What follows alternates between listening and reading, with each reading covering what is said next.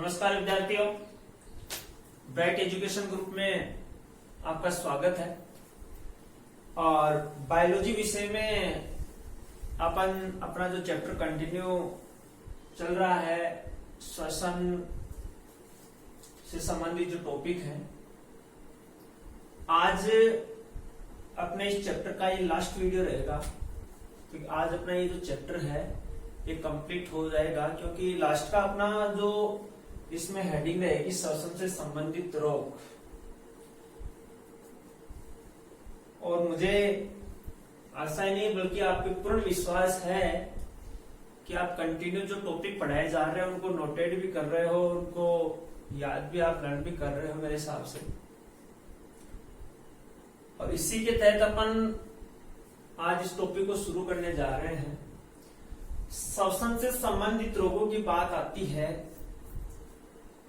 तो अधिकांश जो रोग होते हैं श्वसन से संबंधित वो स्मोकिंग से होते हैं, धूम्रपान से होते हैं। जो लोग बीड़ी सिगरेट को यूज में लेते हैं ज्यादातर, उनमें ये रोग ज्यादा होते हैं। जिसमें अपन पढ़ रहे हैं विभिन्न जो रोग है, उनमें मैं सबसे पहले आपको बताना चाह रहा हूं कि पहला जो रोग है श्वसन से संबंधित वो है दमा, या अपन इसको इंग्लिश वर्ड के रूप में कन्वर्ट करें तो अपन इसको अस्थमा भी कहते हैं।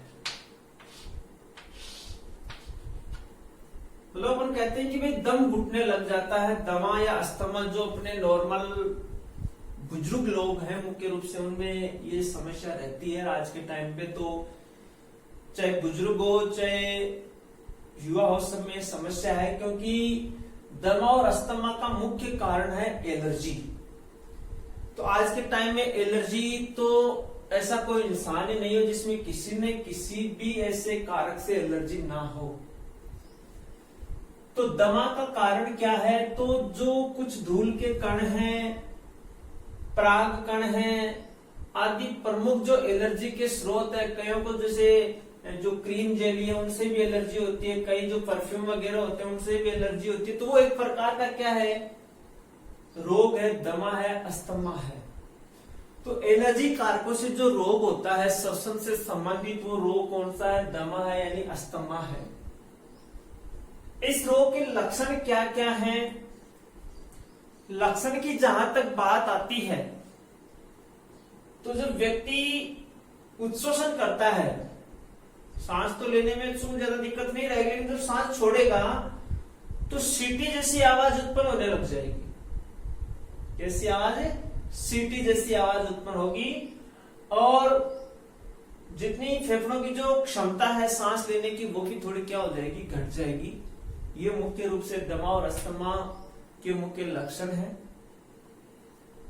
श्लेष्मा बनने लग जाएगा ज्यादा रूप से, और बार बार व्यक्ति का दम घुटने जैसी समस्याएं उत्पन्न होने लग जाएंगी। वो दमा और अस्थमा के मैन है। अगला अपन पढ़ेंगे मुख्य रूप से दूसरा जो रोग आता है जिसको अपन बोलते हैं श्वसनी शोथ, यानी ब्रोंकाइटिस। ब्रोंकाइटिस, श्वसनी शोथ या ब्रोंकाइटिस। इस रोग में क्या होता है कि फेफड़ों में लगातार मान लो कोई हल्की सर्दी जुकाम अपन को हो, तो फेफड़ों में लगातार क्या हो जाता है, जो श्लेष्मा निर्मित होता रहता है वो श्लेष्मा क्या होने लग जाता है, जमा होने लग जाता है। और जमा होने के तहत लंबे समय तक अपन को क्या होती है, खांसी आती रहती है। उस खांसी के साथ हरा पीले रंग का कफ भी आता रहता है। और खांसी भी अपन को उस समय ज्यादा आती है जब अपन को लगता है कि कफ है वो अपने शरीर से क्या होगा, बाहर की ओर, उसको अपन को निकालना होगा। खांसी कम आती है, उतनी नहीं आती है, लेकिन जब कफ को निष्कासित करना पड़ता है तब खांसी मुख्य रूप से आना स्वाभाविक ही है।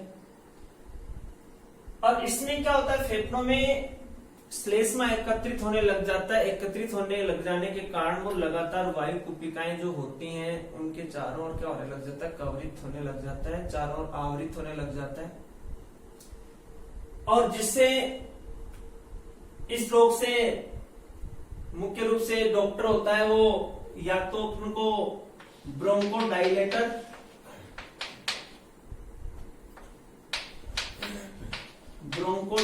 टेबलेट देते हैं या कुछ एंटीबायोटिक देते हैं। मेनली एंटीबायोटिक ज्यादा दी जाती हैं।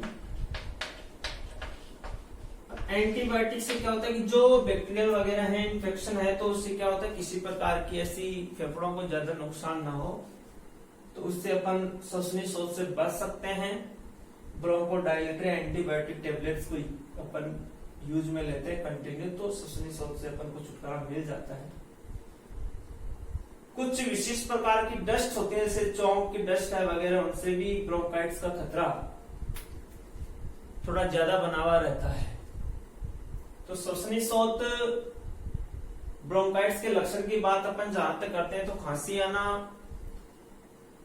हरा पीले रंग का बलगम आना, और इस रोग में एकमात्र ऐसा रोग है जिसमें थोड़ा फ्लू रहता है, यानी बुखार आती रहती है कभी कभी, तो वो भी इस रोग का एक मुख्य लक्षण है।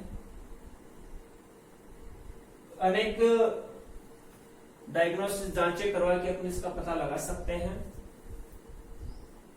और उपचार के लिए डॉक्टर अपन को एंटीबायोटिक और ब्रोंकोडाइलेटर मेडिसिन वगैरह वो अपन को दे देगा। तीसरा रोग आता है एम्फीसीमा। एम्फीसीमा या जिसको अपन बोलते हैं वात स्फीति, वात स्फीति या एम्फीसीमा। एम्फीसीमा वात स्फीति रोग का मुख्य कारण होता है जो व्यक्ति ज्यादा से ज्यादा धूम्रपान करते हैं। जैसे अपन देखते हैं कि दिन में जिनकी सिगरेट और बीड़ी पीने का कोई मतलब की लिमिट नहीं है, कितने भी 10-20 की संख्या में जितनी भी वो उनकी कैपेसिटी है, उनके कारण एम्फीसीमा वात स्फीति रोग हो जाता है। जो यानी कारण क्या है, उन व्यक्तियों में होता है जो सबसे ज्यादा यानी अधिकतम धूम्रपान करते हैं। तो धूम्रपान करना एम्फीसीमा या वात स्फीति रोग का मुख्य कारण है। एक देखिए आप नोट्स बनाओ तो कारण इसका अलग लिख सकते हैं, लक्षण क्या है, जैसे ये रोग है तो इसका कारण क्या है। तो कारण क्या हो गया एम्फीसीमा रोग का, धूम्रपान हो गया। मैंने कहा कि अधिकतम जो रोग हैं उनका कारण धूम्रपान ही रहेगा। लक्षण इसमें क्या है, लक्षण हो गए सांस लेने में तकलीफ होती है। दूसरा लक्षण कफ आना और हल्का बुखार, ज्यादा नहीं, हल्का बुखार आता रहता है। और यदि अपन को इसका उपचार करना है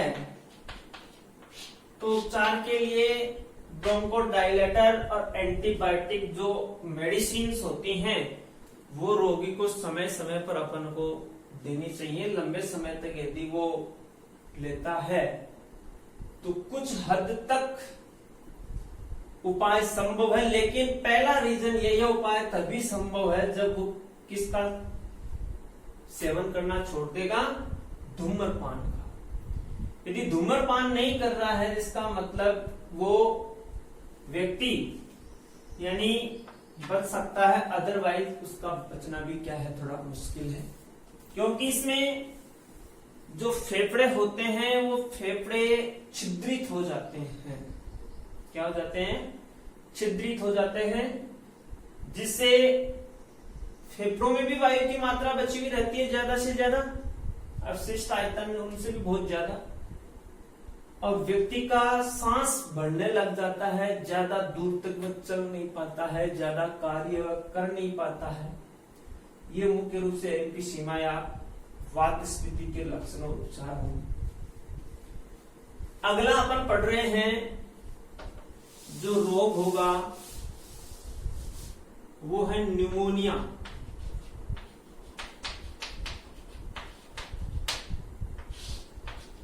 न्यूमोनिया रोग होता है स्ट्रेप्टोकोकस न्यूमोनी बैक्टीरिया के कारण। स्ट्रेप्टोकोकस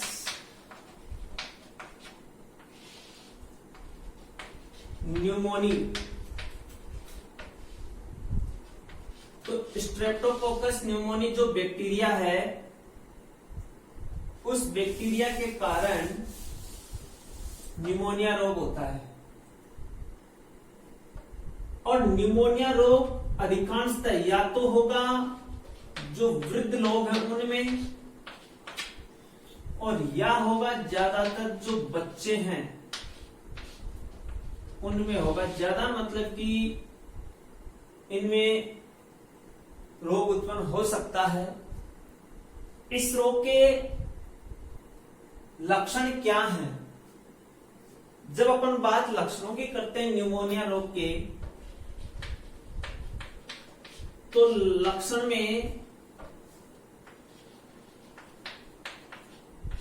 श्वास लेने में दिक्कत होती है,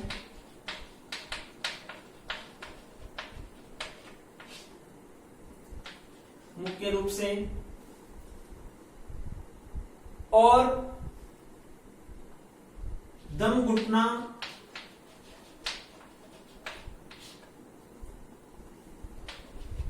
उच्च श्वसन में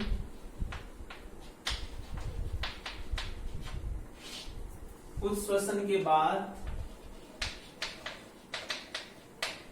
भी अधिकतम वायु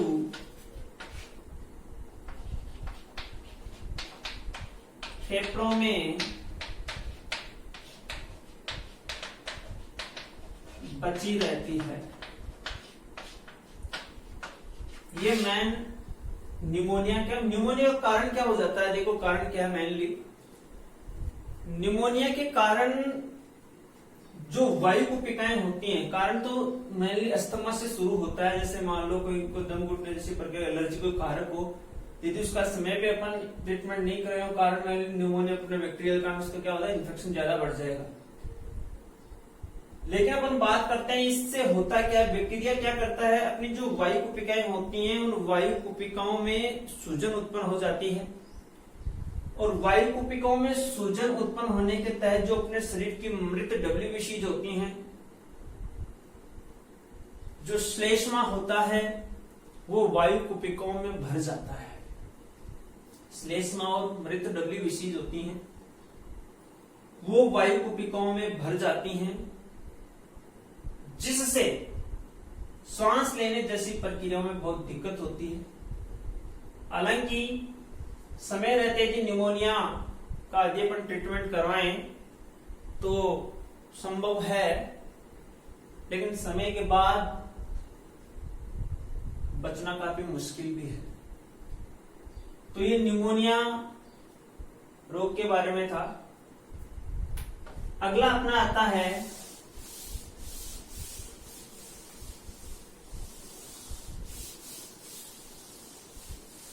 रोग का नाम है फेफड़ों का कैंसर।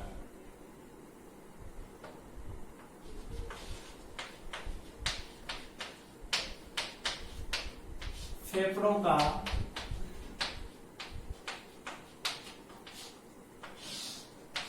कैंसर।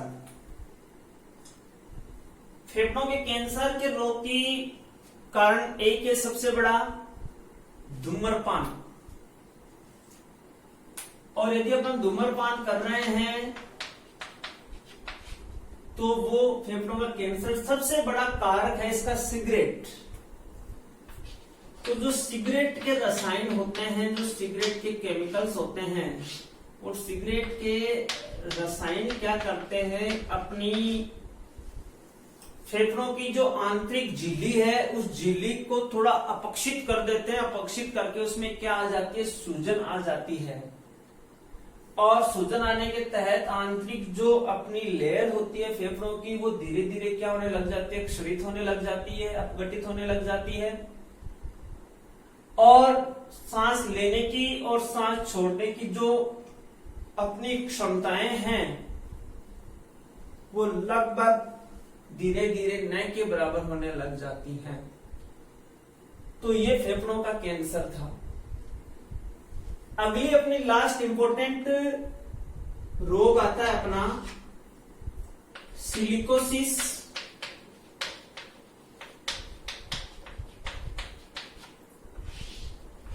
व एस्बेस्टोसिस।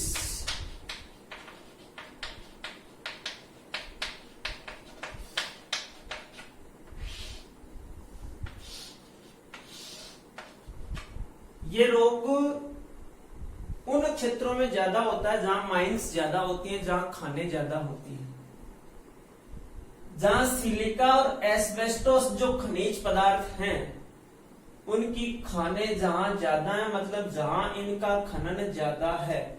सिलिका का मतलब जहां सीमेंट की फैक्ट्रियां ज्यादा हैं, क्योंकि सीमेंट का मेन एक घटक है सिलिका।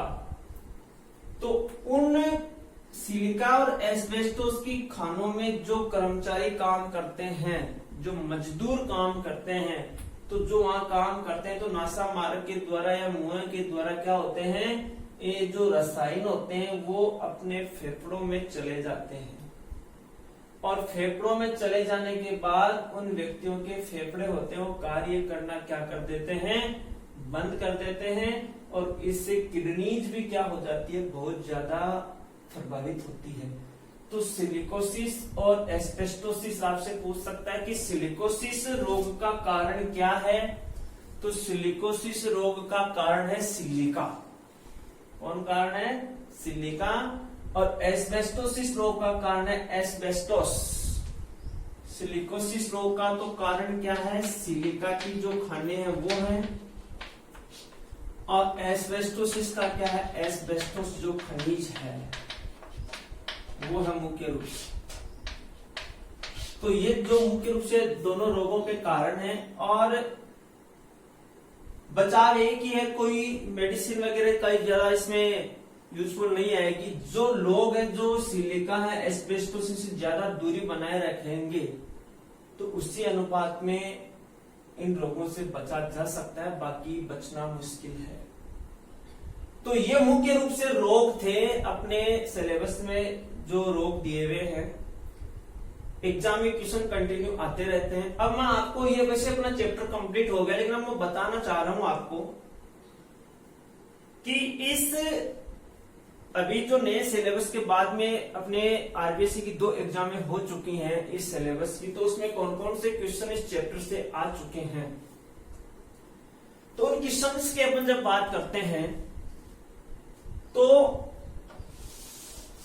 2020 का जो अभी पेपर लगा है उसमें जो क्वेश्चंस हैं और 2019 में जो क्वेश्चंस हैं, 2019 में 1 नंबर का क्वेश्चन था कि एक स्वस्थ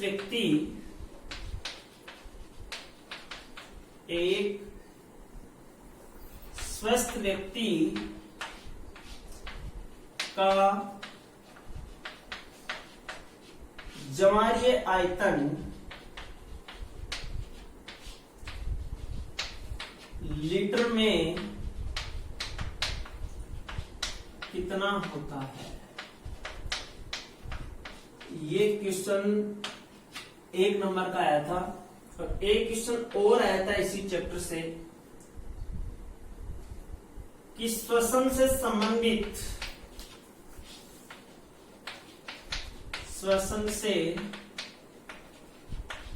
संबंधित 2 रोगों के नाम लिखिए। 2 रोगों के नाम लिखिए, क्योंकि अभी अपन ने जो 6 रोग पढ़े हैं कोई से भी 2 रोग के नाम लिखने चाहिए। अस्थमा है, एम्फीसीमा है, सिलिकोसिस है, एस्बेस्टोसिस है, न्यूमोनिया है, कोई से भी 2 रोगों के नाम लिखने थे। 2 नंबर आपको मिलने वाले थे। अगला अभी जो 2020 का जो पोर्शन आया है, 2020 के पेपर में जो क्वेश्चन आए थे वो क्वेश्चन एक तो ये आया था कि निःश्वसन व उच्छ्वसन, निःश्वसन व उच्छ्वसन की क्रिया विधि समझाइए। 4 नंबर का क्वेश्चन आया था टोटल, क्रिया विधि समझाइए।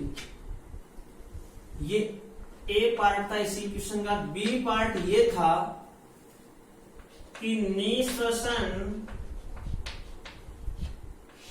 व उच्छ्वसन की क्रिया विधि का नामांकित चित्र बनाइए।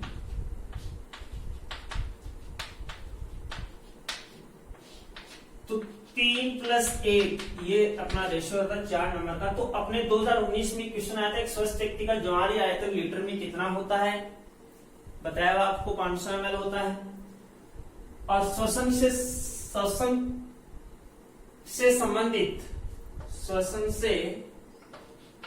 संबंधित 2 रोगों के नाम लिखने थे, कोई भी 2 रोग चॉइस आपकी थी। 2020 के पेपर में आए हुए निःश्वसन उच्छ्वसन की क्रिया विधि समझानी थी आपको, 3 नंबर मिलने थे।